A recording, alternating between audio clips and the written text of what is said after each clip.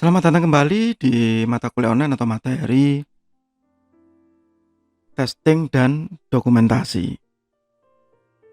Kali ini kita masih ada di bab white box testing bagian kedua. Bagian yang belum melihat video sebelumnya silakan dicek di playlist.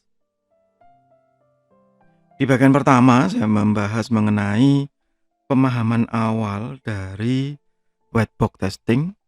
Kemudian ada jenis-jenisnya white box testing. Di bagian ini saya membahas mengenai lanjutan dari penjelasan white box teknik. Jadi sebelumnya ada beberapa teknik white box, ada basic sampai dengan cyclomatic ya. Yang sekarang saya jelaskan satu persatu secara singkat.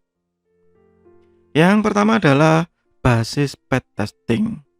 Basis path testing ini enable to derive a logical complexity measure of a procedural design and use this measure as a guide for defining a basis set of execution path. Jadi di teknik ini kita melakukan testing kepada logika yang dianggap kompleks untuk mengukur basis eksekusinya. Guaranteed to execute every statement in the program at least one time during testing. Jadi tidak ada satupun yang terlewatkan. Semua begitu ya. Semua itu pasti dites. Nah, itu gampangannya begitu. Basis path testing ini. Sehingga semua logikanya itu akan terlihat secara langsung. Ya, terlihat secara langsung. Nggak peduli. Ya gitu. Yang penting semua itu dites. Nah, itu basis path testing. Semua logikanya, sederhana ataupun kompleks. Kemudian flow graph notation, depend logical control flow using a diagrammatic notation. Its structure construct has a corresponding flow graph symbol. Nah ini jika begitu si developernya waktu develop itu tidak menggunakan notasi, entah itu menggunakan UML, entah itu menggunakan flowchart, kemudian dites menggunakan teknik ini, maka ya dipastikan konflik begitu antara yang ngetes ya, testernya, dan juga si developernya, sama-sama nggak nyambung gitu ya, antara yang satu dengan yang lain begitu. Itu kalau flow graph control karena harus menggunakan flow-nya. Cyclomatic complexity, a software metric that provides a quantitative measure of the logical complexity of a program. Define the number for independent path in the basis set of a program and provide us an upper bound for the number of tests that must be conducted to ensure that all statement have been executed at least one. Jadi kalau yang tadi di basis path itu executed at least one, jadi dieksekusi minimal sekali.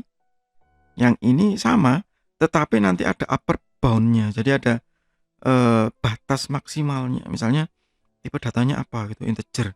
Ya yuk kita ambil. Integer itu maksimal berapa? Bisa nggak gitu. Kemudian ini ngentri apa gitu, ngentri harga. Berapa harga maksimal yang diperbolehkan begitu.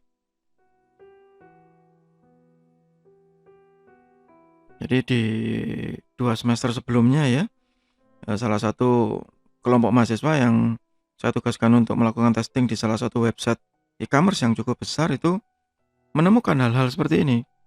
Jadi waktu transaksi kemudian berusaha membeli satu barang yang sampai akhirnya harganya mencapai 1 miliar misalkan, ternyata bisa. Itu kan nggak masalah. Iya nggak masalah. Masalahnya dia sudah mencapai 1 miliar tapi pembayarannya maksimal 100 juta. Nah itu kan salah. Bisa membeli nggak bisa membayar.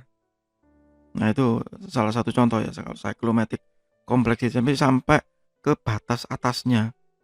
upper bound. Graph metric. A square metric whose size is equal to the number of nodes on the flow graph. Each row and column correspond to unidentified node and matrix entry correspond to connection between node. Jadi seakan-akan membuat matrik yang kemudian dieksekusi dan dimasukkan ke teknik sebelumnya, yaitu flow itu. Ini juga nggak gampang. Yang rata-rata software developer itu tidak, apalagi kalau yang sistem informasi ya, itu nggak terlalu suka ya dengan matematika begitu. Jangan ini malah disuguhi matrik begitu.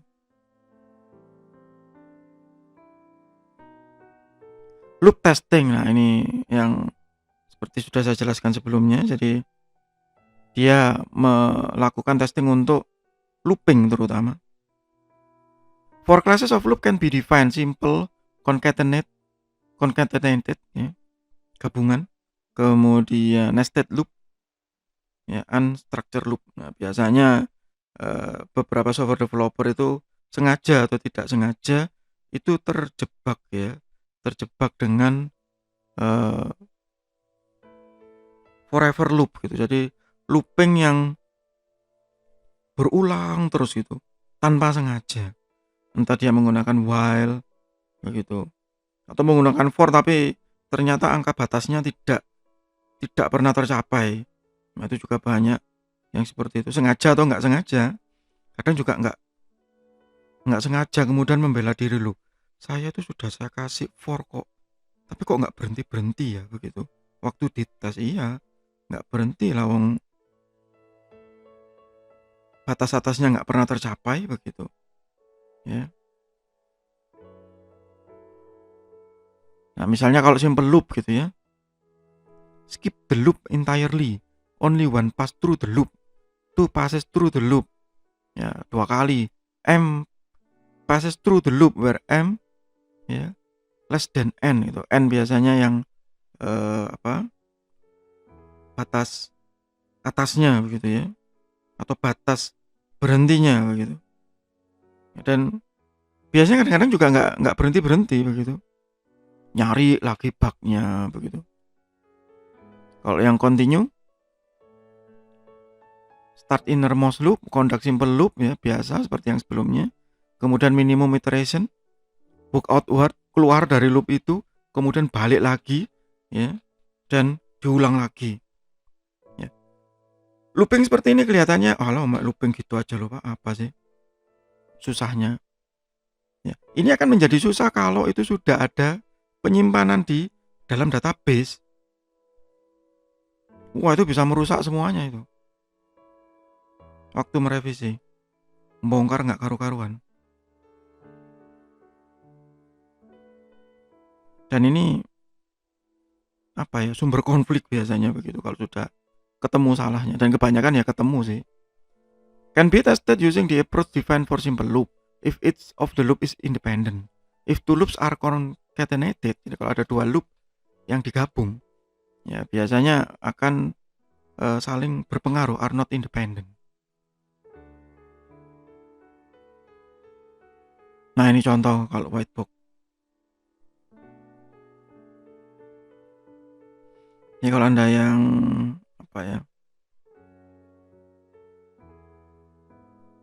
mempelajari manajemen science biasanya ada notasi-notasi graph ya, kemudian bilang bahwa ngapain sih gitu belajar begini. Nah ya sekarang bisa dilihat.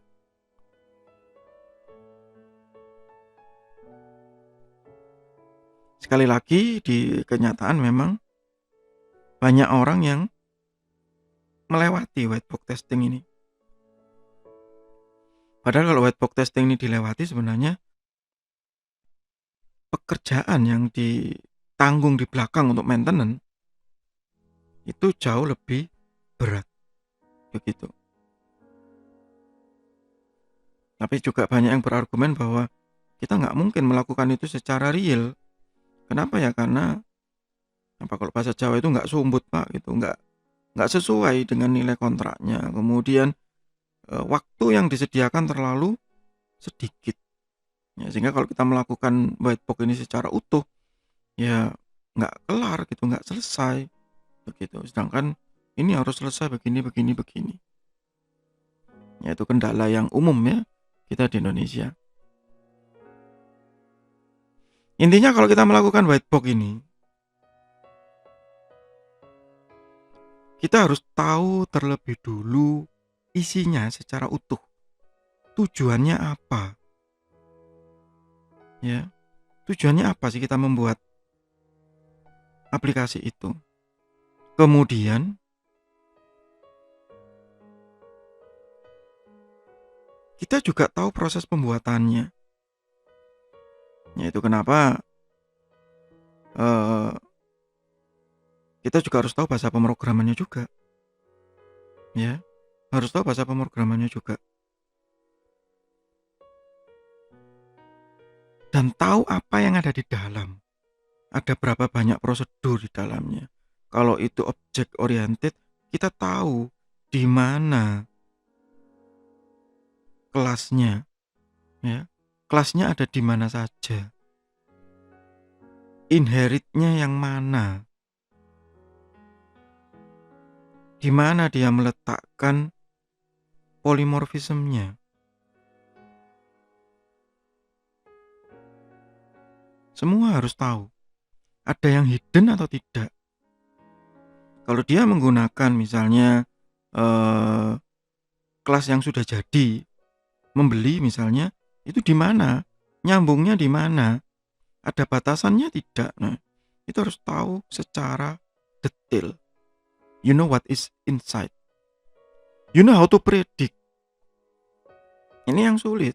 Kenapa ya? Karena harus paham, sepaham-pahamnya begitu, tentang logika pemrograman dan bahasa pemrograman itu juga. Mulai dari tipe data dan semuanya. Ya, semuanya harus paham. Sampai ke level yang detail. Begitu. Ya, sampai ke level yang sangat detail. Ini yang menjadikan juga sangat sulit. Ya, menjadi sangat sulit juga. You know how to assume. Nah, ini assume ini dalam artian sebenarnya kita disuruh kreatif ya. Disuruh kreatif untuk mengasumsikan, oh ini kalau integer ya, kalau saya kasih angka di belakang koma, dia membulatkan kemana? Nah begitu. Itu nggak mudah ya hal-hal seperti itu. Karena kalau nggak kreatif ya lurus-lurus saja, gitu. Nggak ada sesuatu yang diasumsikan. Sudah benar, sudah gitu. It's a testing process for the expert. Iya, betul. Saya bilang berkali-kali bahwa white box ini bukan untuk orang yang tidak bisa memprogram. Ya. Sayangnya memang masih banyak ya di luar sana yang berasumsi bahwa oh tester ya Mas gitu. Ah, berarti orang ini bodoh pemrogramannya. Makanya sampai dikasih ke tester. Nah, itu saya paling nggak suka. Sulit loh ya white box ini. Dan ini untuk expert, bukan untuk programmer abal-abal begitu.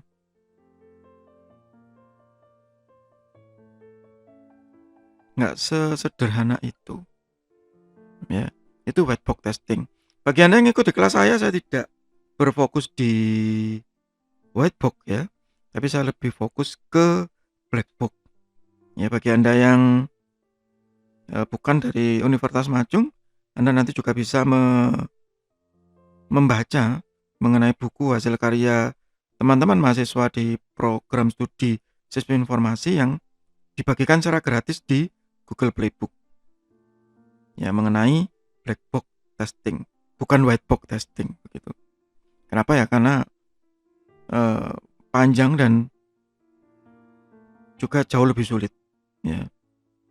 Itu untuk sementara di bab mengenai white box testing. Nanti kita akan ketemu lagi di bab berikutnya, masih di mata kuliah online atau materi testing dan dokumentasi. Semoga bermanfaat. Tetap sehat, tetap semangat. Terima kasih.